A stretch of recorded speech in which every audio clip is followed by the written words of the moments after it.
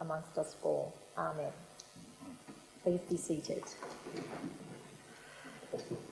Manningham City Council acknowledges the Wurundjeri people as the traditional custodians of the land we now know as Manningham. We pay our respects to Wurundjeri elders past and present and value the ongoing contribution to the cultural heritage of Manningham. Manningham Council would also like to acknowledge the contribution made to Manningham over the years by people of diverse cultures and backgrounds. I welcome all members of the public here tonight to this council meeting who have come along tonight to observe proceedings.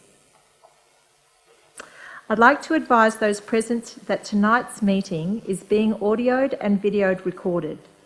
All care will be taken to maintain your privacy. However, as a visitor in the public gallery, your presence may be recorded. By remaining in the gallery, it is assumed your consent is given in the event that your voice and/or image is broadcast.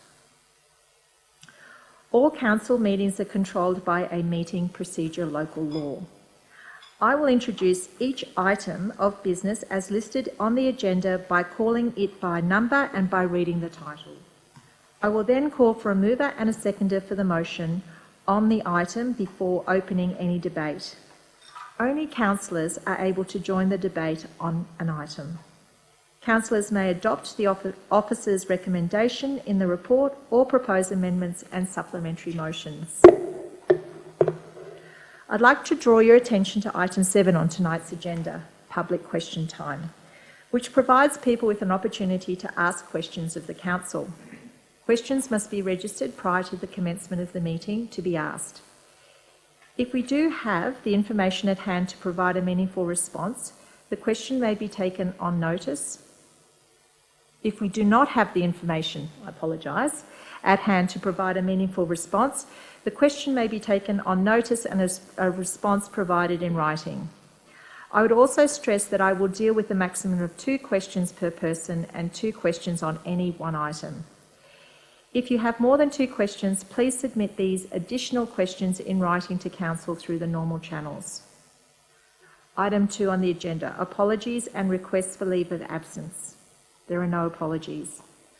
Item 3 on the agenda, prior notification of conflict of interest. There are no notifications of conflict of interest. Item 3 on the agenda, confirmation of minutes. Do I have a mover? Councillor Chen.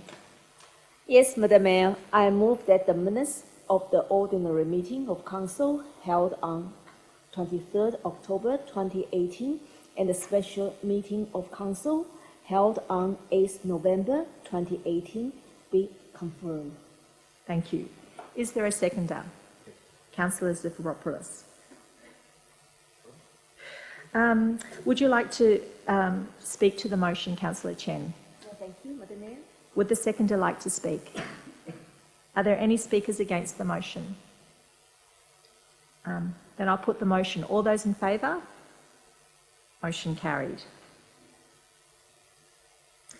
Number 5, item number 5, presentations. 5.1, passing of Ian Rupert Marsden. It is with sadness that I note the recent passing of the former Mayor and Councillor Ian Marsden. Mr Marsden served as a councillor for the City of Doncaster and Templestowe from 1972 to 1980, including 1 term as Mayor in 1974 to 1975. Our deepest sympathies are extended to Mr Marsden's family at this very difficult time. Item 5.2, the 16 days of activism. Last Sunday marked the beginning of 16 days of activism against gender-based violence, an international campaign to end violence against women and girls around the world. As a council, we've partnered with community organisations such as Women's Health East to help raise awareness of gender inequality and to prevent violence against women. This is important to Manningham as in the 2016-17 financial year, there were 583 cases of family violence across Manningham. While this is one of the lowest across Victoria's local government areas, this figure is still too high. I encourage all my fellow councillors to help promote this important initiative by following and sharing our 16 Days of Activism campaign on social media and in your day-to-day involvement with our community. Item number 6, petitions. We have one petition. Can I have a mover? Thank you, Councillor Chen. Madam Mayor, I move that the petition with 2 signatories requesting the council to build a footpath along Cannon Street, Doncaster East, eastern side between Roderick Street and Doncaster Road be received and referred through to the appropriate officer for consideration. Thank you, Councillor Chen. Do I have a seconder? Councillor Zafiropoulos. Would the mover like to speak to the motion? Would the seconder like to speak? No. Are there any speakers against the motion? I'll put the motion. All those in favour? Motion carried. Item number 7, public question time. Are there any questions? There are no questions. Item number 8, admission for urgent business. There is no items for urgent business. Item number 9, planning permit applications. Item 9.1, planning application PLN 18/0210 at 775 to 779 Doncaster Road, Doncaster, for the construction of a 4-storey apartment building plus associated basement car parking and altered access to the road in a road zone, Category 1. Do I have a mover? I'll move as on the paper, Madam Mayor. Thank you. Do I have a seconder? Thank you, Councillor McLeish. Would the mover like to speak? Thank you, Madam Mayor, and I speak to support this motion of this development that's going up in Doncaster Road. It's 38 apartments in a 4-storey complex on 2,096 square metres. So it's an amalgamation of 3 blocks, and it's a structure going on to Doncaster Road.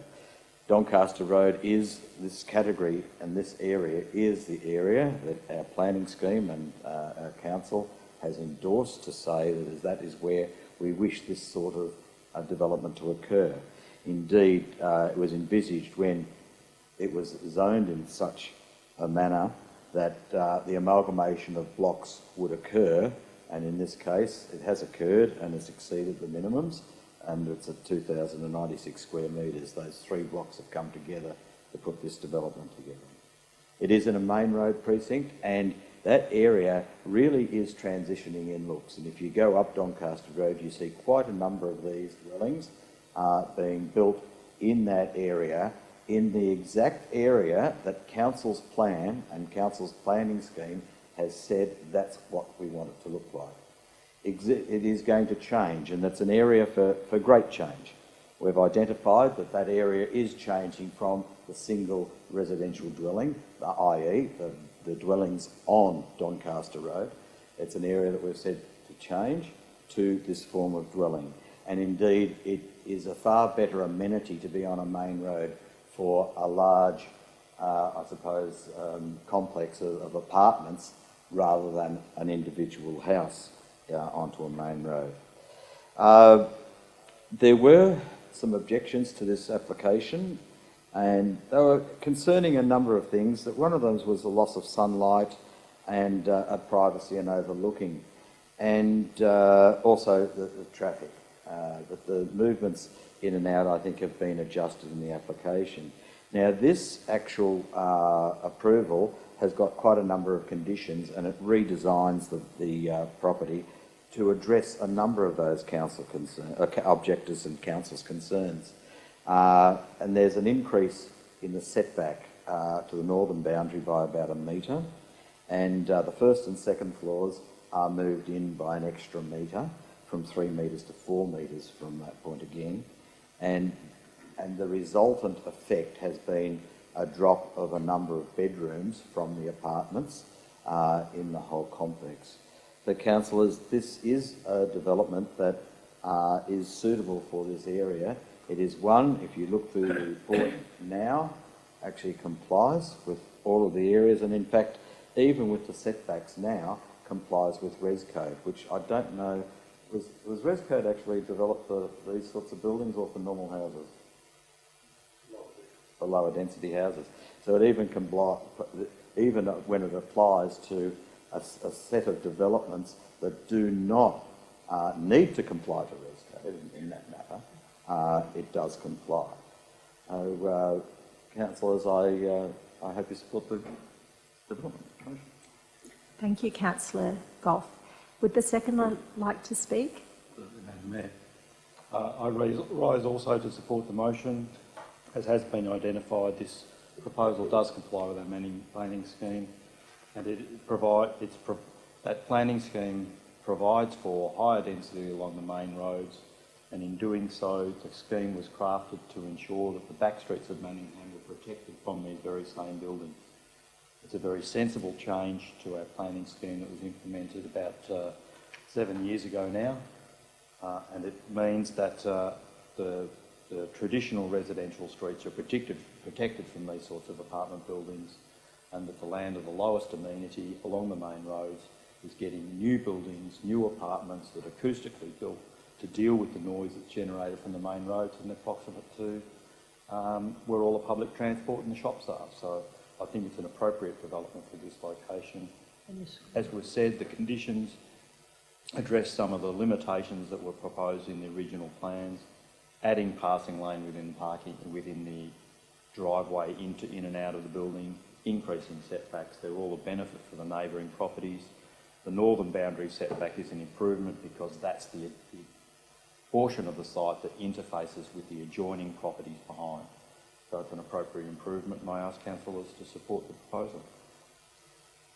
Thank you. Are there any speakers against the motion? As there's no speakers against the motion, I'll put the motion. All those in favour? Motion carried. Item number 10, City Planning and Community. 10.1, Transport Action Plan. Do I have a mover? Councillor Chen. Madam Mayor, I move that the recommendation be adopted. Do I have a seconder? Councillor Conlon. Would the mover like to speak? Yes. Madam Mayor, I use public transport frequently. I often wonder why the only public transport available to Manningham is buses. Why our tertiary students need to take 2 or 3 buses to attend classes. Why our seniors could not get around easily for their medical appointments or social outings. Manningham needs a well-integrated transport network to make it easy for our residents to travel to work, to study, to visit friends and family. Tonight, we have the Transport Action Plan tabled for consideration. The plan identifies key transport-based objectives, actions, advocacy, and the necessary budgetary allocations over the next 2 years. The plan seeks to reaffirm support of the bus rapid transit proposal as Council's short to medium-term public transport priority. It also recommends an advocacy approach regarding Doncaster Rail Link, the suburban rail loop, and planning and design of the North East Link. Council has been very active in public transport advocacy. In October last year, Council published Manningham Bus Network Review. The document is available on Council's website. It provides 20 recommendations to improve our bus networks and services, and is a key document to support our advocacy activity for better bus services in Manningham. The plan also seeks to identify the necessary transport strategies to ensure that Manningham's transport objectives are considered within a more holistic and integrated manner. A more broadly focused and integrated land use and environment committee group will be established to incorporate transport matters. I believe that the proposed transport action plan will achieve a well-integrated transport for Manningham. Thank you. Thank you. Would the seconder like to speak? Would anyone else like to speak? Okay, I'll put the motion. All those in favour? Motion carried. Thank you. Item 10.2, the Heritage Restoration Fund 2018 to 2019. Do I have a mover? Councillor Kleinert. That the recommendation be adopted. Do I have a seconder? Councillor Galbally. Would the mover like to speak? This is very straightforward, councillors. It's Council's Heritage Restoration Fund, which applies to both buildings, trees and gardens. This is where buildings and people that have gardens and trees of significance that are heritage listed can apply for grants under the policy, which they can receive up to 50%. So we pay half, they pay half. All that are on the registry were contacted. There were all up, I think it was 25 applications received. I think it was, by memory. And they're all quite good and quite diverse, and I think it's very important with regards to keeping our heritage looked after, looking good, and being part of that support that we respect. That's gone through the advisory, the Heritage Advisory Committee, so they undertook the applications, the work, and so it's just really us signing off on that. Thank you. Would the seconder like to speak? No. Any speakers against the motion? Then I'll put the motion. All those in favour? Motion carried. Item 11, City Services. 11.1, Jackson Court Shopping Precinct Car Park. Petition to review the existing parking restrictions. Do I have a mover? Councillor Goff. I'll move as on the paper. Do I have a seconder? Councillor Conlon. Would the mover like to speak? Thank you, Madam Mayor, and I rise to support and endorse this particular item that's come to us. Jackson Court comes up quite notably a number of times, and one of the issues that is often talked about is car parking there and the suitability of car parking. For us, it's the maximisation of car parking and allowing people to come and use that readily and to be able to find a place to park and to have the right times in the right places. We received a petition and we've looked through that and we've made some amendments to the parking schedule here, and the motion actually outlines the changes to the parking schedules in that shopping centre and to enable that to occur. Again, I think it's important that we do enact these changes, but also I might actually raise it later on as a question afterwards, but also we know that Aldi has entered into the scene at that particular point, and indeed Aldi do have quite a number of car parking spaces themselves. Unfortunately, people don't know about them or utilise them, and I have been down under that car park on 4 occasions in the last couple of weeks, and each time I've only seen a very few cars, 3 or 4 down in that car park. The remainder are using the at-grade car park, which is this particular area. So I hope councillors will endorse this, and I may have a supplementary motion in the order of that we write a letter, or I might raise it in question time. It's up to you, Madam Mayor, which you would rather.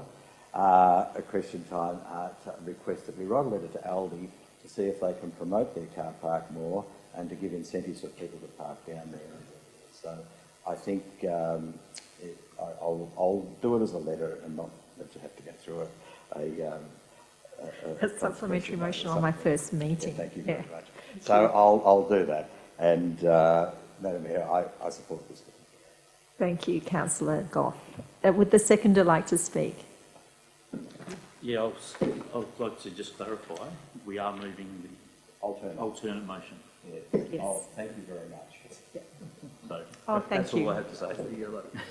Are there any speakers against the motion? If there's no speakers against the motion, I'll put it to a vote. All those in favour? Motion carried. Item number 12, shared services. There are no reports. Item number 13, the Chief Executive Officer. 13.1, Manningham Quarterly Report, Quarter 1, July to September 2018. Do I have a mover? Councillor Zafiropoulos. I move that the recommendation be adopted. Thank you. Do I have a seconder? Councillor Kleinert. Would the mover like to speak?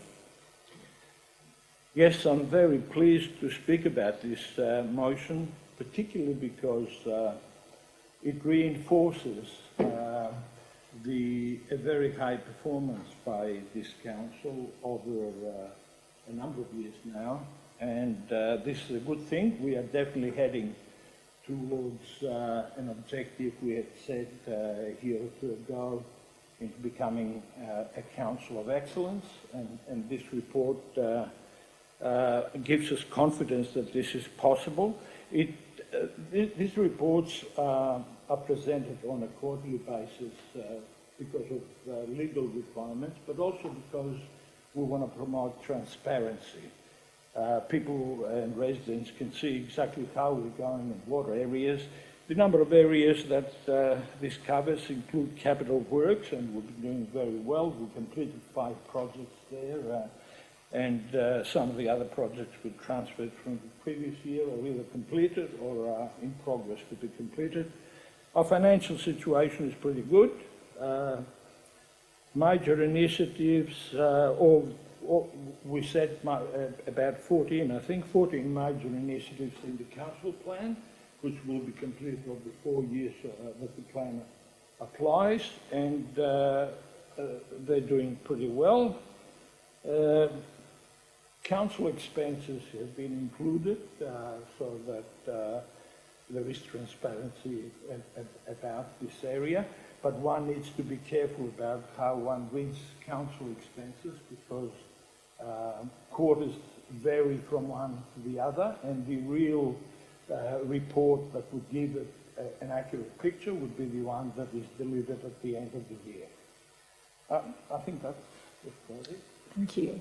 Would the seconder like to speak? Thank you, Madam Mayor.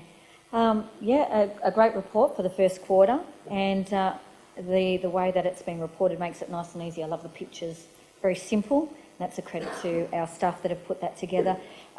For our year ahead, 75 projects in all, with 5 already completed, 10 projects, they're incomplete or a bit delayed, and there's always things outside of our control. 39 are on schedule, with 21 about to start throughout the year. So in our first quarter, I think we're doing fantastic with regards to that, where the spotlights would be that the completed projects, which included the Mullen Trail, which was a fantastic highlight on the 16th of September. That was a lot of work, and definitely of some fellow councillors, a wonderful thing to be part of in that opening. So I think it's a really great report, and it's very clear. I really like the clarity in that. That really explains it very well. That sets us up to be in a very good, strong position as a council of excellence, as our fellow councillor has said. So thank you. Thank you, Councillor Kleinert. Are there any speakers against the motion? I'll then put the motion. All those in favour? Motion carried. 13.2, appointment of authorised officer, Planning and Environment Act 1987. Do I have a mover? Yes, that'll be me. I'd like to move that the recommendation be adopted. Do I have a seconder? I'll second that. Thank you, Councillor Conlon. Would the mover like to speak to the motion? No, not necessary, thank you. Would the seconder like to speak to the motion? Yeah. Any other speakers against the motion? Accordingly, I'll put the motion. All those in favour? Motion carried. 13.3, record of assembly of councillors. Do I have a mover? I'll move that. Councillor Conlon. I'll move that the recommendation be adopted. Do I have a seconder? Councillor McLeish. Would the mover like to speak? Would the seconder like to speak? Any speakers against the motion? Accordingly, I'll put the motion. All those in favour? Motion carried. 13.4, documents for sealing. Do I have a mover? Councillor Haynes. I move that the recommendation be adopted with the addition of the following documents. Consent to build over an easement agreement under Section 173 of the Planning and Environment Act of 1987. Council and Y Zhang of 31 Petties Lane, Doncaster. And consent to build over an easement agreement under Section 173 of the Planning and Environment Act 1987. Council and T. Withani and G. Withana, 5 McLeod Street, Doncaster. Thank you. Do I have a seconder? Councillor Zafiropoulos. Would you like to speak to the motion, Councillor Haynes? Would you like to speak to the motion? No. Are there any speakers against the motion? Accordingly, I will put the motion. All those in favour? Motion carried. Item number 14, urgent business. There are no items of urgent business. Item number 15, councillors' question time. Are there any questions from councillors? Councillor Chen. Yes, Madam Mayor, I have a question, please. And we all know that Jackson Court has become a more vibrant community shopping centre recently. In the meantime, it also needs councils to resolve parking issues, improve public infrastructure, and consider sustainable future development for Jackson Court. And council has heard from the community and has applied and is successful in the Commonwealth Smart Cities Grant to improve the amenity of Jackson Court. My question is, could officers provide more information for the community about how the grant will be used and the necessary community engagement process? Thank you. Thank you, Councillor Chen. I'll refer to the Director for Shared Services, Mr. Lee. Thank you, Madam Mayor. Through you, yes, Manningham was fortunate in this competitive process. But just a bit of background, there was 102 applications from across the country and 32 were funded, and we were one of 7 local Victorian councils. So the business case was put forward by a cross-directorate effort. And that business case, whilst still needs detail in terms of the project planning, what the aim of the project will be is to improve the amenity, the traffic management, including the parking, and the environment for the Jackson Court neighbourhood precinct. Part of that project, we've outlined that will be considerable engagement with the community, with traders as well. We are partnering, Manningham City Council will partner with the consultants that deliver the sensors for parking, DCA, as well as with RMIT University from their Healthy and Livable Cities group. So they will be part of that engagement. At this stage, we are looking at running surveys, focus groups, and other various kinds of engagement with the community, especially around that Doncaster East. But that project will be an 18 to 24 month project, so there will be a lot of engagement over that period. Thank you. Are there any other questions? Councillor Kleinert. Through you, Madam Chair, I have a question for the CEO. May we have an update on the planned forum for our sporting clubs affected by the proposed Northern Arterial? I note that at Burundara Council meeting last night, of which myself and the Mayor attended to watch, has the Council resolved to support a concept plan that involves taking a significant portion of our Manningham land. That would be equivalent to 3 football ovals of land occupied by established Manningham sporting clubs. Thank you for the question, Councillor. Yes, we're well prepared for a meeting with key sporting groups next Monday. So letters have gone out a couple of weeks ago to invite them along. As I understand it, we've had a good response from those groups. The intent of that was for councillors, particularly ward councillors, to be able to engage with those groups and update them on what we know about the North East Link at this point in time. And obviously now that we have a really clear indication about Burundara's views, particularly in that Bulleen Park area, it gives us an opportunity to outline that to the sporting groups as well and start to seek their views. Thank you. Are there any other questions? Councillor Gough. Yes, Madam Mayor, I've actually now got two questions. I did have one. The first one is, I'm just wondering if you're aware of a situation in Templestowe where a lot of traffic is continuing to do what people actually term a rat run through the back streets of Templestowe in order to get from, I suppose, Templestowe Road High Street around that area through to Fitzsimons Lane, Fitzsimons Lane. And basically to do that, they're turning off if they're coming out of the city.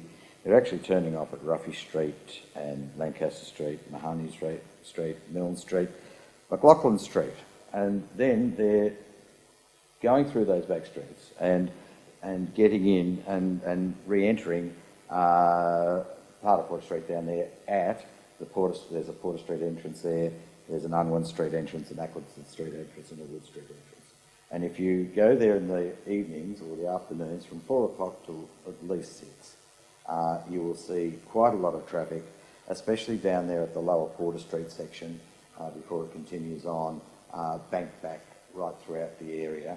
And there are a lot of cars that take that because the roads are clogging up and clogging back all that way. And indeed, in the mornings, often people, because they're into Templestowe Village, people are clogging back there. So I'm wondering if we could again, and I know we did something last year with regard to this, it was about speed.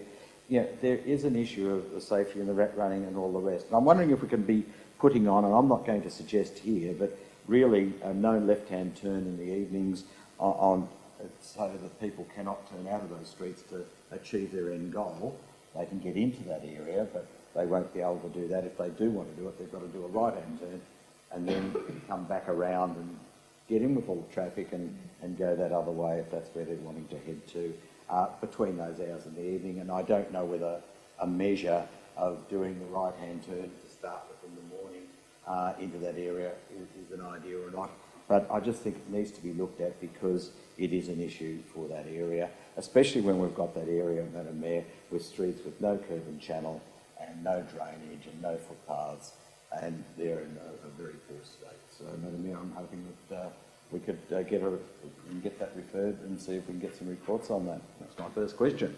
Councillor. With the prospect of construction of that intersection, to have to, that is going to happen too, which will make it even worse.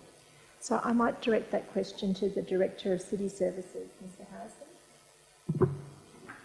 Through you, Madam Mayor, we'll take that on notice and undertake some traffic counts and some speed counts and report back to Council. Thank you. Yes, and my second question came out of the motion that I moved before, Madam Mayor, and it's with regard to Jackson Court and the welcome addition of a supermarket to Jackson Court, which is something that in our plans we're always wanting to achieve, to have something there, especially a supermarket. Coles did leave, or it was Woolworths. Woolworths did leave quite a number of years ago, and it wasn't a great Woolworths either. It was a very low stocked Woolworths. But now it has got an icon, I suppose, as an Aldi store there.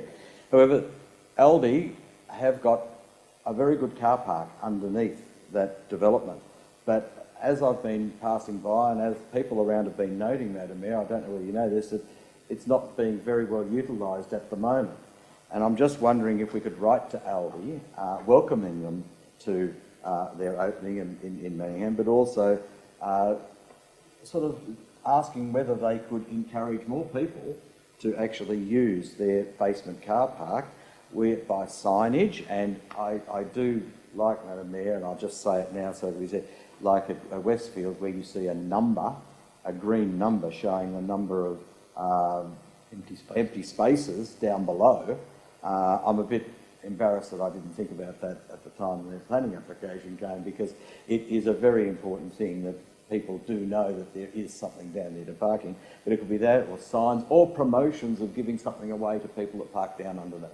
I don't know how they do it, but we do need to do that in respect to all the other shops and all the other parking. And we're not saying the other people can't park there, but I'm just wondering if we could get together and frame a letter up to encourage Aldi to maximise its car park at the moment before we need to go and do other things with regard to car parking for their facilities.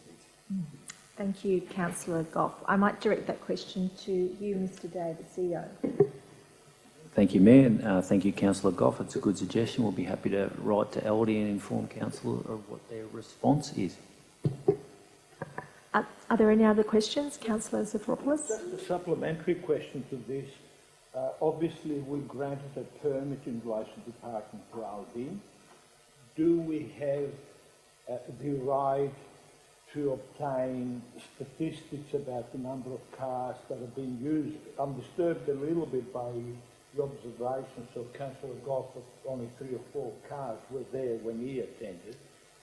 That's drastic for me. So is it possible for us to get stats from Aldi as to how they do parking, the utilisation of the parking on a daily basis? I'll direct that to you, Mr Day.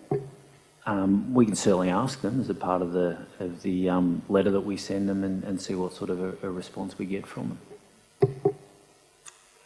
Thank you. All right, I'll now move to the last item, which is 16, which is confidential reports, and there are no confidential reports. So accordingly, I close the meeting.